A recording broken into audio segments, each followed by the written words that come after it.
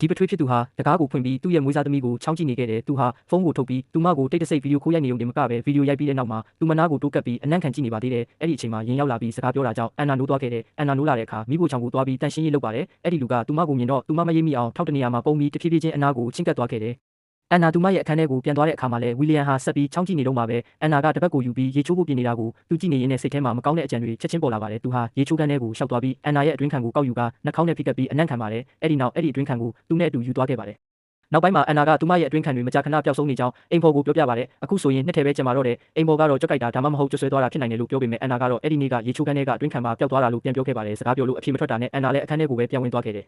မကြခင်မှာပဲဝီလီယံဟာအန်နာခန်းစီကိုတစ်ခေါက်ပြန်လာပြီးဗီဒီယိုခိုးရိုက်ပြန်ပါတယ်အဲ့ဒီအချိန်မှာဘရင်ဝင်လာပြီးသူ့ကိုနှောက်ယှက်လိုက်တယ်လို့ဖြစ်သွားပါတယ်အတန်ကြားတာကြောင့်အန်နာထွက်လာပြီးဘရင်ကိုနှုတ်ဆက်ပါတယ်ခဏကြာတော့အိမ်ဖော်ကအန်နာရဲ့အတွင်းခံတွေပျောက်နေတဲ့အကြောင်းဘရင်ကိုပြောပြပေမဲ့ဘရင်ကလည်းကြွက်တွေကြောင့်ပဲလို့ထင်နေခဲ့ပါတယ်ဒါပေမဲ့ကိစ္စတွေကထင်တယ်လို့မရိုးရှင်းပါဘူးအိမ်ဖော်ရဲ့စကားတွေကဝီလီယံကိုတန်တရားဖြစ်စရာညွှန်ပြနေပါတယ်အဲ့ဒီနောက်မှာဘရင်ကဝီလီယံကိုအန်နာအတွင်းခံတွေခဏခဏပျောက်နေတဲ့အကြောင်းတွားရောက်မေးမြန်းပါတယ်ဝီလီယံကတော့ဘာမှမသိတယ်လို့ဟန်ဆောင်ပြီးအန်နာကပဲပေါ့ဆလို့ပြစ်လိုက်တာဖြစ်မှာပါလို့အကြောင်းပြချက်ပေးခဲ့ပါတယ်ဘရင်ထွက်သွားပြီးတဲ့နောက်မှာတော့ဝီလီယံဟာတယောက်တည်းပြုံးပြက်ဖြစ်လို့ရင်အဲ့ဒီအတွင်းခံတွေကိုသူကိုယ်တိုင်ခိုးယူခဲ့တာဖြစ်ကြောင်းဝန်ခံလိုက်ပါတော့တယ်ခဏကြာမှာတော့အန်နာဟာအဝတ်လန်း